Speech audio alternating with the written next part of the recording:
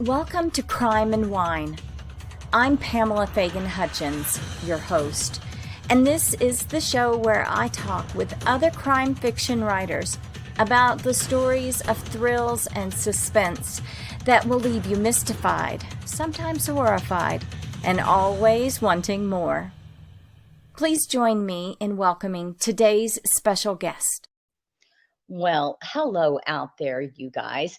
I am so excited to welcome you to this episode of Crime and Wine, coming to you from the wilds of northwestern Maine, where we hope the technology gods will favor us.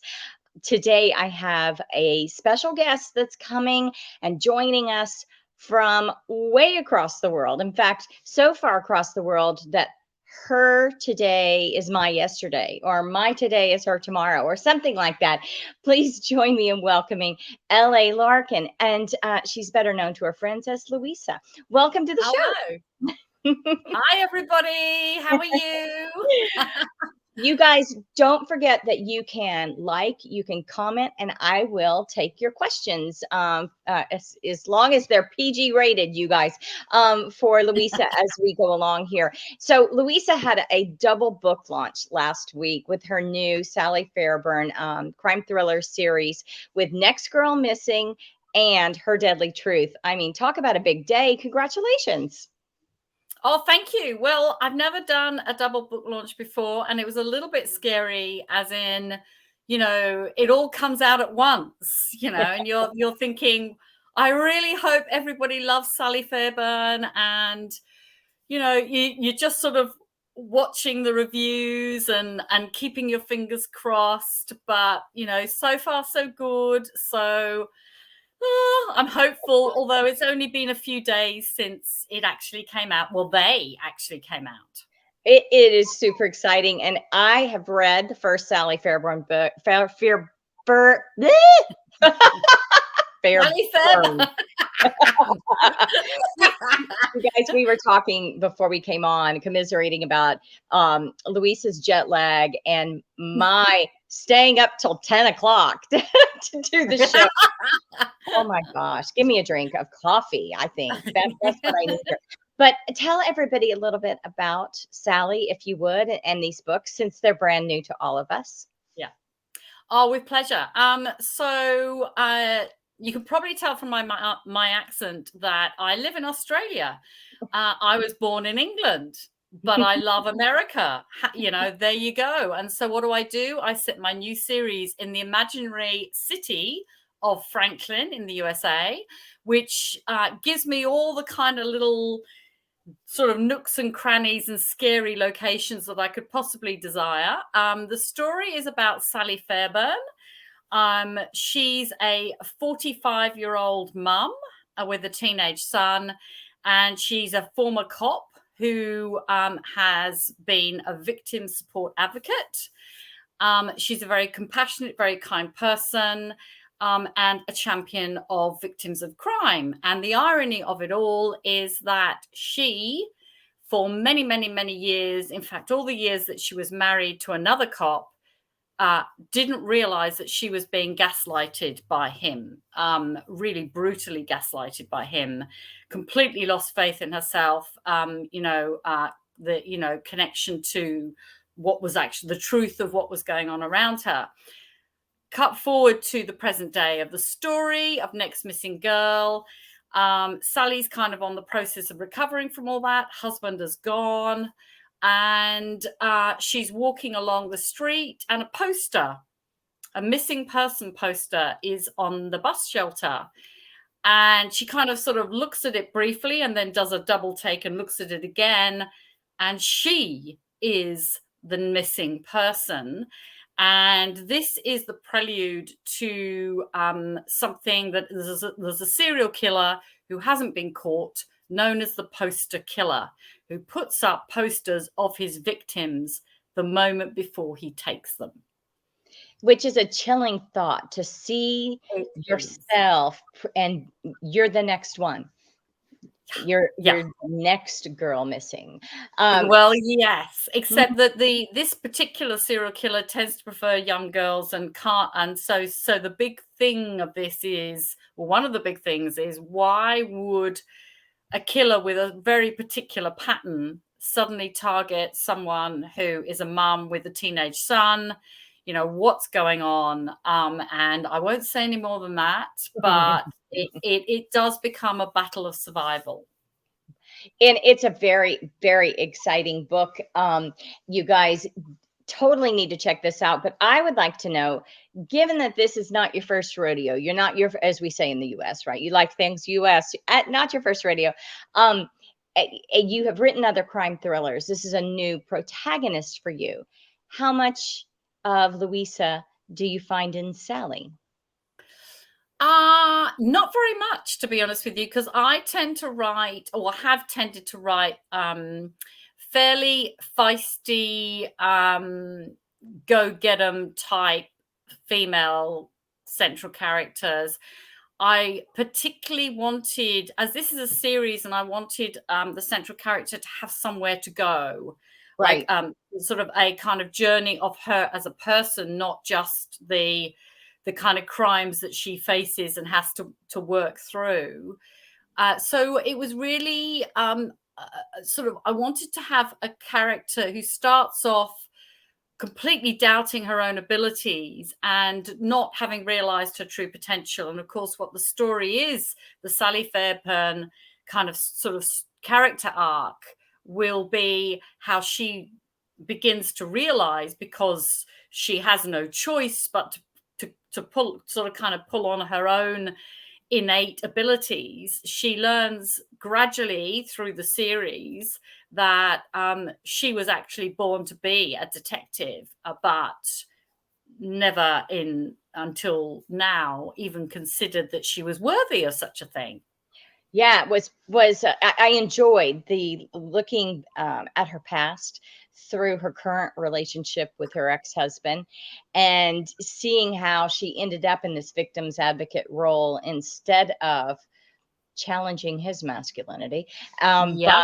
by Oh, living up to yeah. her potential originally. It was a really powerful thing, especially because she is advocating against the system, as you will, from being an outsider now as an ex-cop and never having been a detective, and for women that need her to be strong. So it worked for me, Louisa. Oh, good. I'm really pleased. I'm really pleased, because it is hard to write. I think, because I think it's actually very hard to write a character that isn't strong, in a way, because the thing you have to do, and this is what worked hard to do, is to make sure that she wasn't she wasn't pathetic or unsympathetic or Right. boring. Yeah. If you've got a kind of a strong kick-ass, say, cop character, it's quite easy for people to say, yeah, go on, go, go, go. And so I wanted to make sure that people understood where she had come from. But then, of course, as Next Girl Missing goes, you begin to see that she's got all those skills that she actually will need to survive being hunted by a serial killer. That's right, because I would suspect there's more of that coming for her. Yeah, I think there might be. Strangely. Huh. So with this series, when I was Facebook stalking you and Amazon stalking you earlier today, um you've written some standalones. You've written another 2-book series, but this is going to be a longer series for you. There's more than 2 planned at this point for Sally. So it is really an opportunity to explore a really exciting dynamic character arc. Yeah, and as I said, I think it's taken me a while to feel myself confident enough that I could sustain this. Yeah. I think it's a big. I think it's not right to underestimate, the work that goes on into planning a new character that is going to have to be interesting over quite a number of books. Right. You know, it's, and you have to make sure also that there's somewhere for that character to go. I mean, look, I know there are sort of fantastic characters like, you know, Lee Charles Jack Reacher, one of my favorites, who has this particular rhythm in every book. You know, turns up at a city, a town, you know, small country town, gets off the bus, immediately faces trouble, someone who needs help, you know, just goes through that sort of thing, gets back on the bus and so on. But, you know, it's finding a way to make sure that there is always something for that character realistically to get involved in and to learn and develop, I think. And it's interesting to me too, like you take a Jack Reacher where there's a built-in way for him to have to adapt to new environments. So you get, while you may not get a lot of growth, right? You may not get a lot of change in Jack. Circumstances change. But when you take a mom, ex-cop, she's in the town she's in, you don't have that luxury. You have to create the change within the character and not the change within the environment. So it's a stretch for an author. And I look at authors who've written just tremendously long series before, just taking female protagonists and just taking our own Bookouture authors for a moment. Lisa Reagan, D.K. Hood, Angie Marsons, you know, just some really long series where they've been able to do this. And I look at them sometimes and I think, how do you do that? Yeah. I know. When you got to number 15, what were you telling yourself? And because it's got to stay interesting for Louisa in order for it to stay interesting for everyone else. I think the more, I think you're so right. I think the further in a series that you get, the more difficult it is for the author to stay motivated. Because let's face it, we all like the challenge of something new, you know. And I think it'll be finding, that's why I'm keen to start where kind of Sally, you know, in Next Girl Missing is not actually at rock bottom. She's coming out of it, but she's still extremely vulnerable. And then, you know, is she really out of the ex-husband's called Scott, you know, is she really beyond his powers? And, you know, could he still perhaps step back into her life and start ruining everything that she is trying to do, particularly for her son, her teenage son? And when you have a child together, they've got a trap door to come back in at you with. So that's some ripe opportunity there. It might be. Yes, it might be. We hope she stays interesting for you, because I found her very interesting. I found her not like everybody else. And, you know, that isn't that what we're striving for with a new protagonist, is not the same as everybody else's. So, well, also, because I've tended to also write central characters who are more kind of late 20s, maybe mid 30s. And then I was thinking, you know, whenever I go to do talks, whether it's at a writers' festival or wherever it is, and then I look at the people in the room, I'm thinking an awful lot of them are 45 plus. Right. In fact, some of the biggest purchasers of books are, in fact, retired. They are retired people who luckily now have time to sit down and enjoy a really good book. So I thought, well, why don't I try writing a character who is still very fit and healthy, and, you know, sort of immersed in life, but is a little bit older, and see how it goes. So she, you know, she's 45, but, you know, she's finished up with as a victim support advocate, and she's looking for her next kind of step in life. And I thought, well, you know, let's see how that goes. I love it. I love the idea that she brings more life experiences and more baggage, right? Yeah, there's plenty of that. plenty of years to have baggage. Well, let's spend our last few minutes together. I'm trying to say that like a Maynard together. Um, trying what we call the speed round on Crime and Wine, Okay. which I do want to say that since my last episode, I just realized that or the show's been honored as one of the top 20 crime fiction podcasts.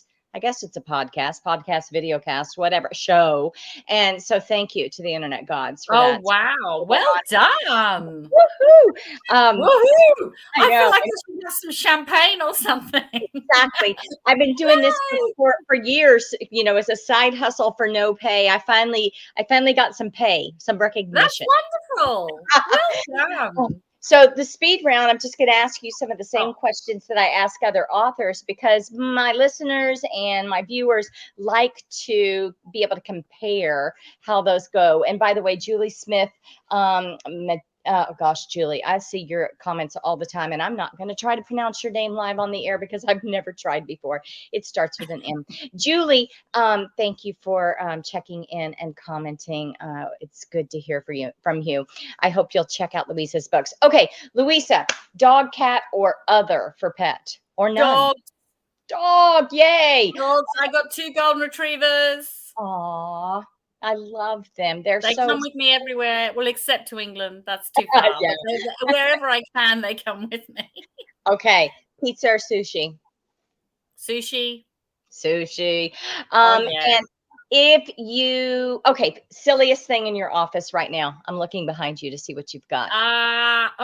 Well, maybe the little orange creature here. What is he? Or she? I noticed it a moment ago. Oh, wow. Oh, lovely. It's a dog. It's a beautiful dog. It's a slightly crazy, manic looking dog. I love it. Mwah. I love it. All right, don't worry. They're laughing at you. I don't care. So she's got this gorgeous bug-eyed dog, for those of you that are podcasting instead of video. Yes. With you play the lottery, pretend you do. If you don't, you win. What's the first 5 things you buy? I buy up huge tracts of land in different countries where there are endangered species, so that I can protect the endangered species. Plus, I buy a castle in Scotland. A castle in Scotland? I've always wanted one of those. I don't want to. And then I would fill it with hundreds of dogs. Each dog would have its own bedroom and its own butler. Then I'd come visit you. So we have lots of tracts of endangered species protecting land and a dog castle. Very nice. Would you or Sally have a theme song? I'm not really a music person. I don't know whether I can answer that question. Can we move on? Yeah, the answer to that is no. Would you?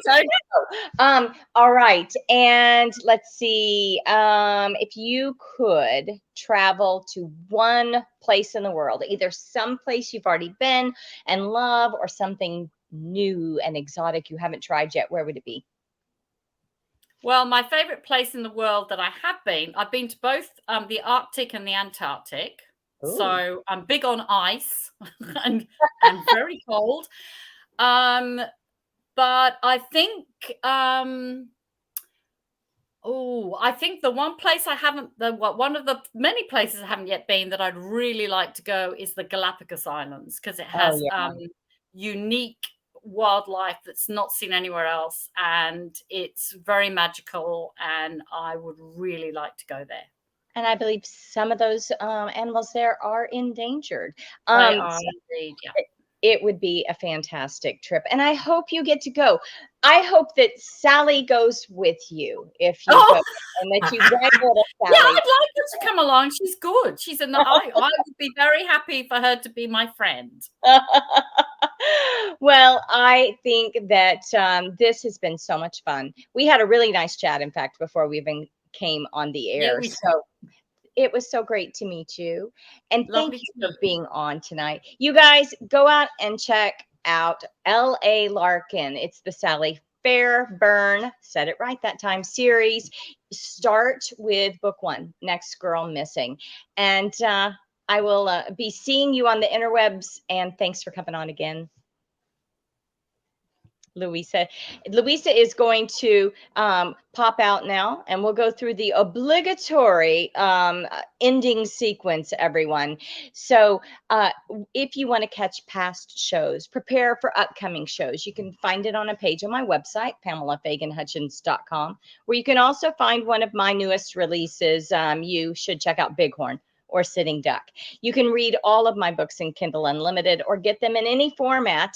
Ask your library or bookstore to order the print copies for you, hardback, large print, whatever you want, if they don't carry them. And here's the important thing.